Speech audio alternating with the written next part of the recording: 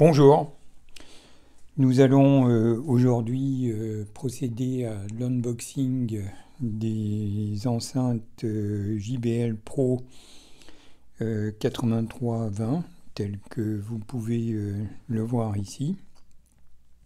Donc il s'agit d'enceintes à positionner en hauteur dans un contexte cinéma surround et dans notre cas dans un contexte d'enceinte height en contexte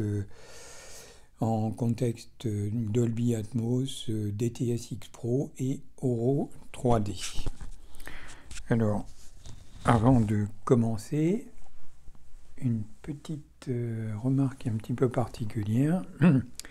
Donc vous voyez donc ce carton.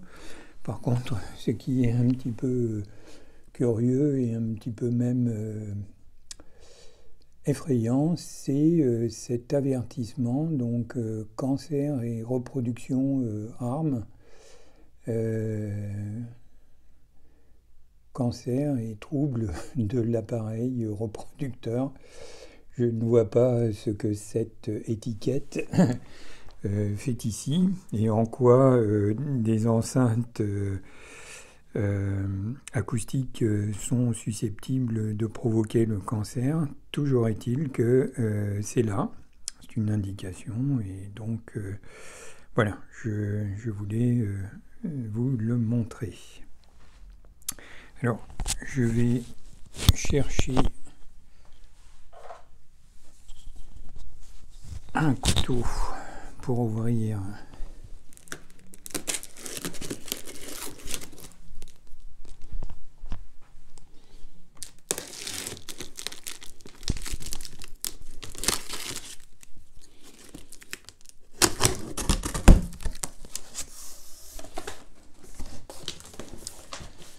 voilà un emballage classique. Ce n'est pas du double boxing, mais c'est malgré tout solide. Donc première chose, donc la carte de garantie, donc telle que vous pouvez le voir, avec ce qui est garanti par JBL.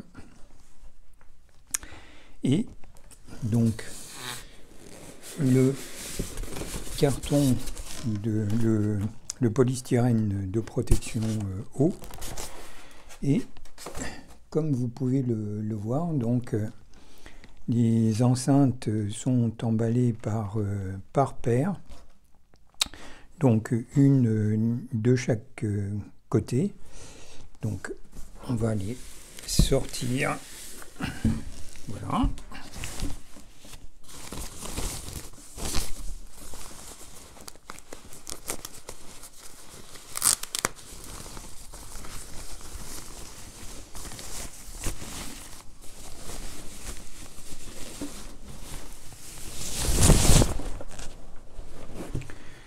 Donc des enceintes 8320 avec donc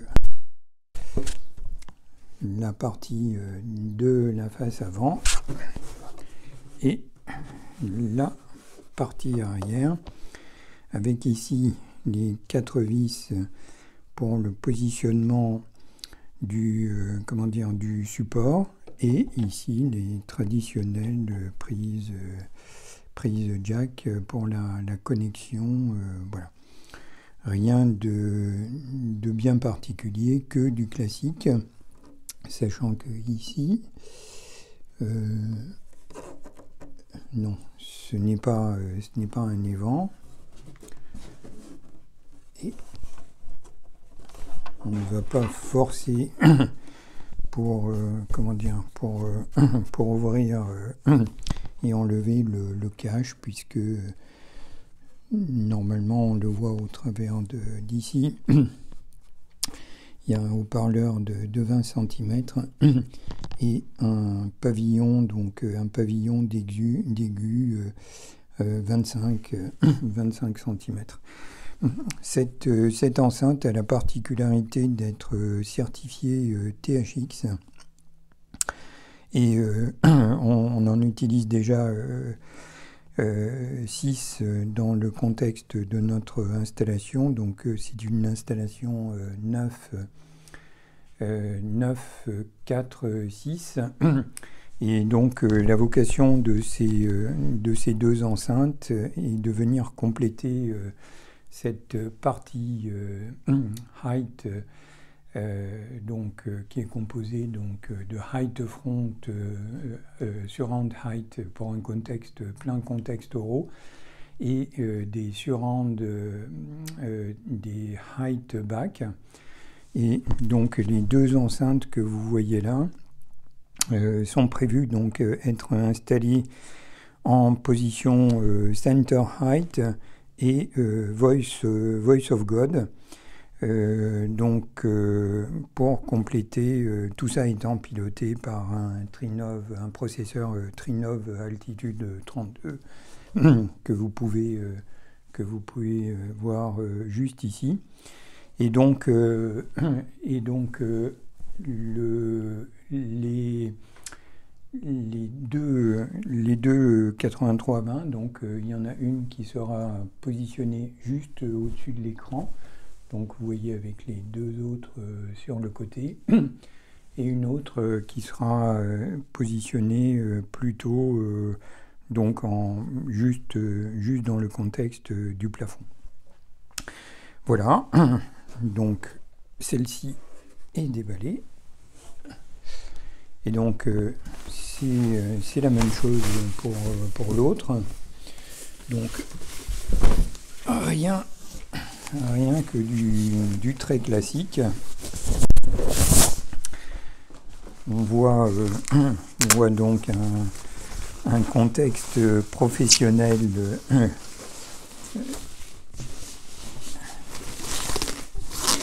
minimaliste,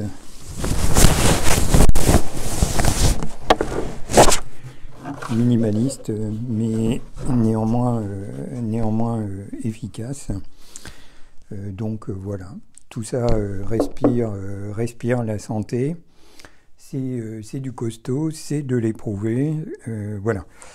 Je vais aller chercher donc les supports spécifiques de telle façon à ce que vous puissiez voir comment cela se positionne.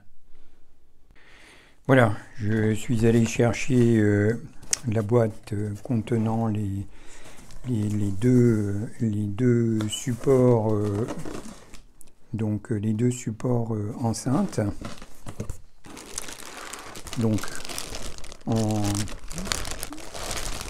quoi ça consiste? Donc il y a deux parties distinctes. Donc hop, vous voyez, c'est très très ingénieux. En réalité, cette partie-là est affixée au mur, et cette partie-là se positionne sur l'enceinte, ce que l'on va voir. Et donc comme les deux sont obliques, cette partie-là vient se positionner ici, et par gravité, vous voyez que tout cela tient parfaitement. Et donc il est possible ici de fermer avec deux vis, de telle façon à ce qu'on ne puisse pas éventuellement enlever l'enceinte, sachant que cette partie-là étant au mur et cette partie-ci étant inclinée, eh bien vous voyez que l'enceinte donc est naturellement positionnée avec un angle de diffusion vers le bas. Alors physiquement, comment ça se positionne au niveau de l'enceinte? Vous voyez que à ce niveau-là, l'enceinte est directement dotée de 4 vis. Donc il suffit de débrancher de dévisser ces 4 vis, de positionner ceci à la place des vis. Donc l'ensemble devient rigide. Ceci étant positionné sur le mur, eh bien, on vient directement accrocher l'enceinte sur ce support qui est sur le mur. Voilà, je vais enlever les vis,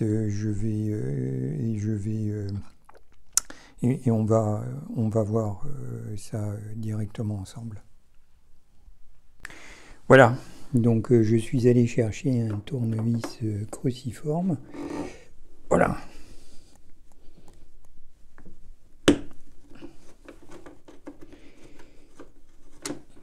Donc on dévisse les vis.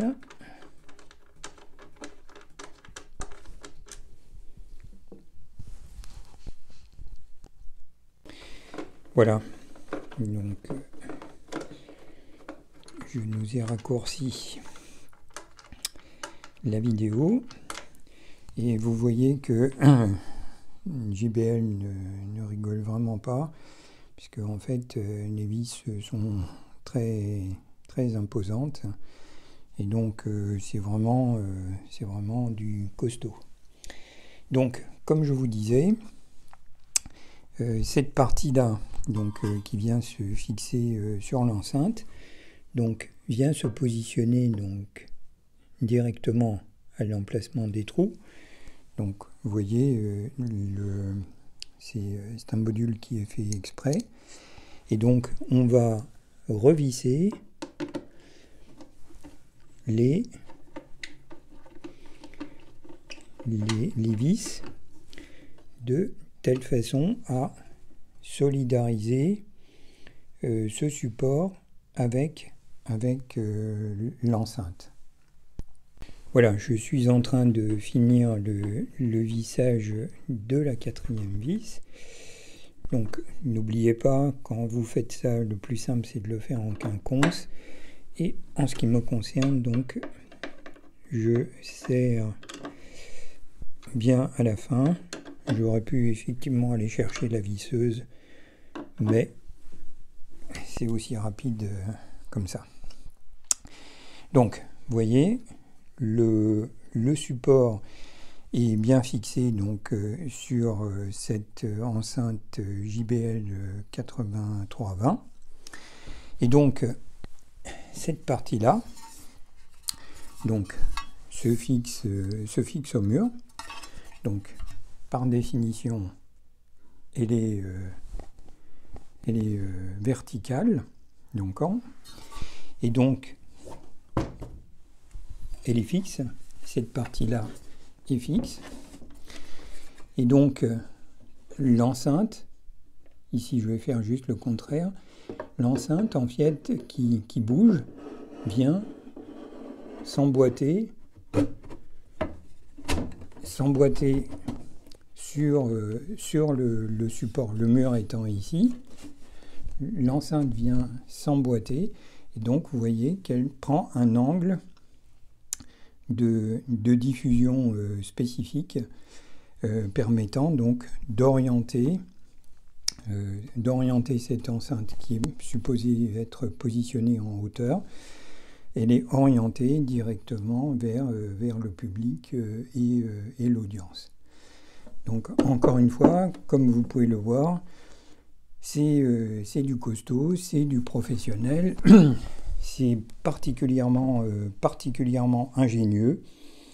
Ce n'est pas quelque chose qui a vocation ni à être joli, ni rien de tout ça, mais effectivement, c'est un côté design industriel particulièrement efficace.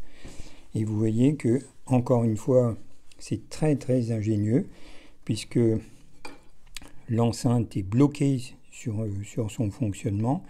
Elle ne peut pas, par définition, tomber.